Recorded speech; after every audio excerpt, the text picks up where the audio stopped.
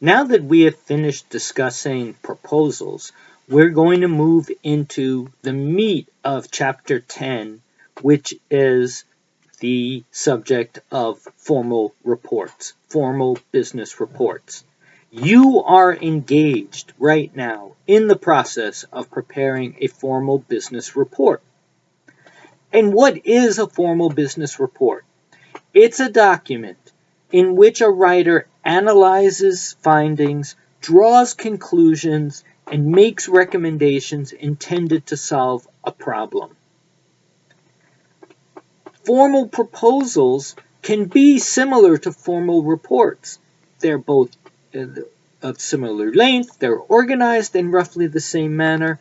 They both have a more serious tone to them, but a formal report does not involve making of an offer to provide services or to sell a product, or it does not involve a response to an RFP.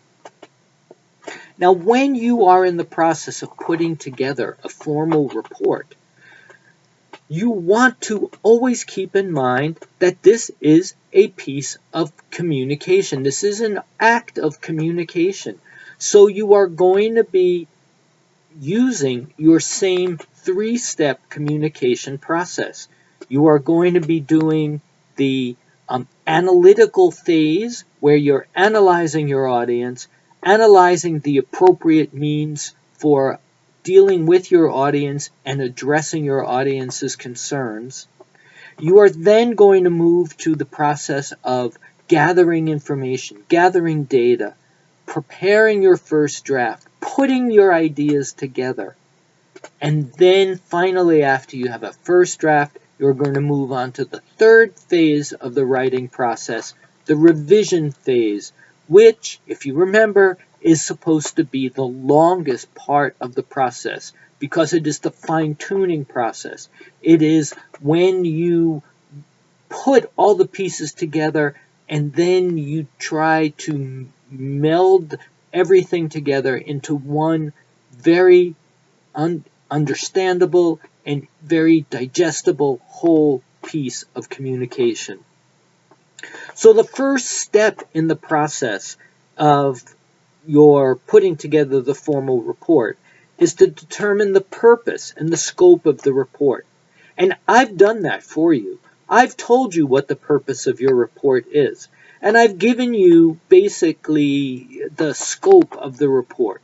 You know, at least now I hope that you know, having been in the class as long as we've been in the class, having had the syllabus, now having had the memo on the preparation of the formal report, having even seen a sample formal report, you understand the purpose and scope of the report. You are advising your investment committee whether or not an investment in the company that you are profiling is a worthwhile investment for your hedge fund, for your investment bank. You then anticipate the needs of your audience. Well, I've given you that information for this paper, but when you are preparing similar type reports in the future, you need to analyze what does your audience need? What type of data do they need? What type of conclusion do they need? What is going to help them achieve their purpose in this entire process?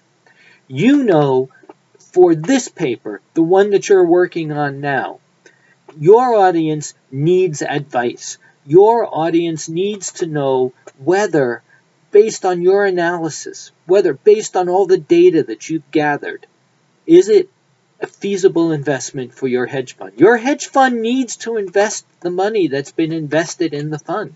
They need to find appropriate investment opportunities for the money that's been entrusted to them. They need to know where to invest their money. Where are they going to get the best return or the best combination of safety and return? And so you know what the needs of this particular audience is. When you are dealing with reports, whether they're internal or external, you need to understand the needs of your audience and give them a response that meets those needs.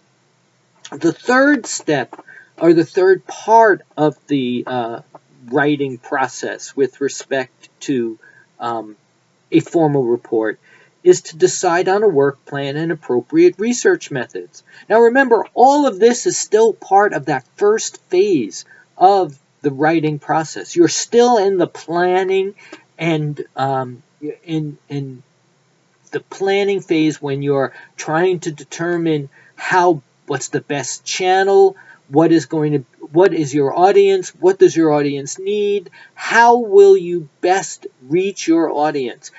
That's all part of the first stage of the communication process. After you've decided on the work plan and the appropriate research methods, you then need to start conducting your research. And now we're moving into the second part of the second stage of the communication process. We're moving into the stage of the communication process where now we're pulling together data. Now we know what the problem is. We know what the problem, how we want to go about solving that problem.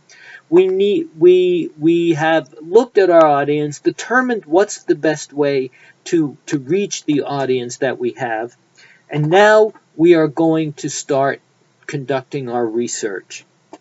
And as we gather research, we need to start organizing that research. We need to start analyzing that research and drawing conclusions. But before we can even do that, we really need to organize it. Before we can analyze it and before we can draw conclusions, we need to organize it so that there's some consistent plan to the information so that we know in which part of the analysis the information fits. So you want to first gather your information, then organize it, and then after you've started to organize it, then you can start applying it to the problem and analyzing the information and drawing conclusions from that information. And then, because this is a report, and because in many ways a picture is worth 1,000 words, you want to think about graphics, infographics, charts, tables, any type of visual representation of data that you believe would be most appropriate in your report. You should then be thinking about that, so that that then can become part of your report, part of your organization of information, and then it can be incorporated into your first draft, which also is part of the revising process. Is part of the drafting process. And then once you've gotten your first draft pulled together, then you move to the final stage, the revising stage, and that's the editing stage.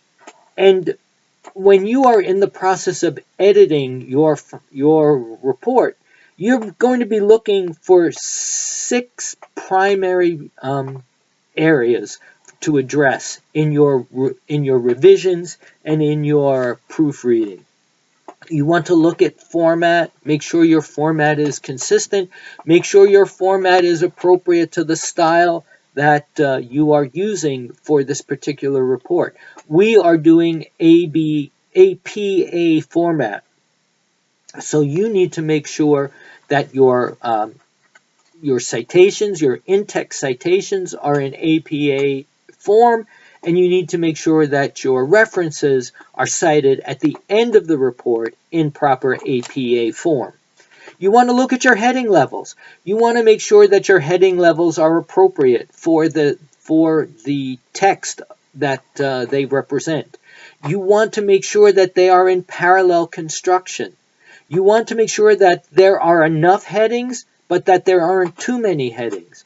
Remember, the rule of thumb is approximately 1 per page of text, but at the same time, that's a rule of thumb.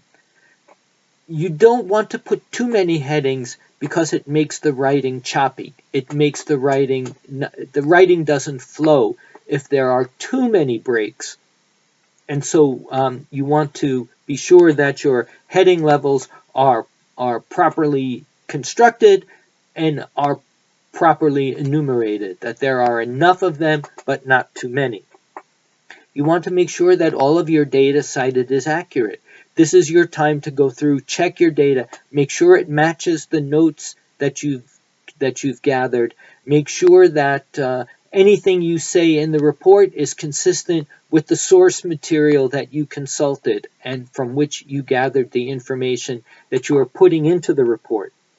You want to make sure that there's consistency throughout the report. Consistency in style, consistency in formatting, consistency in terminology. You don't want to have very obvious inconsistencies where something looks like it was sort of pieced together from various unrelated sources without any effort made to try to meld the whole thing together into one unified piece. That is a complaint that I have about a lot of writing, about a lot of legal writing. People cut and paste and borrow, and they use terms, and they don't think about trying to use the same terms throughout the rest of the agreement. So key terminology changes, whether it's an agreement, whether it's a memo, whether it's a report. You need to always work for consistency of language, consistency of style, consistency of any element that might reflect badly should it look sloppy and should it look inconsistent in your report. You want to look at your graphics. Make sure that they're not too big, that they're not too small, that they're properly referenced in the text, that there is a proper explanation of what the graphic is, so that the graphic is helpful and not a source of ambiguity, a source of confusion. And then lastly, you want to dig into the mechanics of the writing. You want to check the grammar and the usage. You want to make sure you don't have any typographical errors. You want to make sure there are no misspellings. You want to make sure that all of your grammatical usage is correct. You want to make sure that all the fundamental mechanics of writing in English have been observed, have been followed, and that your writing appears and reads to be professional, to be clear, and to appear knowledgeable, that the person writing the information was knowledgeable. If the report looks bad, if it's riddled with typographical errors, if it's riddled with misspellings, if it's riddled with errors in sentence structure and paragraph structure, people are going to doubt the credibility of the underlying information and of any recommendation that might follow. So it's always essential that all the proper writing mechanics be followed in your paper and that you work through that in the revising stage. As we move into the various stages and look, I'm trying to get a little bit settled there. As we try to look a little bit more deeply into the various stages in the writing process, let's start by talking about what are some of the appropriate sources that you could go to for information relating to your paper, the subject matter of the paper. Remember now, we've gone through steps 1, 2, and 3 in broad strokes. We're now looking a little bit more deeply at step 2, where you're going to be gathering information. You're going to gather information from both primary and secondary sources. Depending on the nature of your paper, the nature of the report, you may rely equally on primary and secondary sources. You may rely almost exclusively on secondary sources, and you may rely much more heavily on primary sources.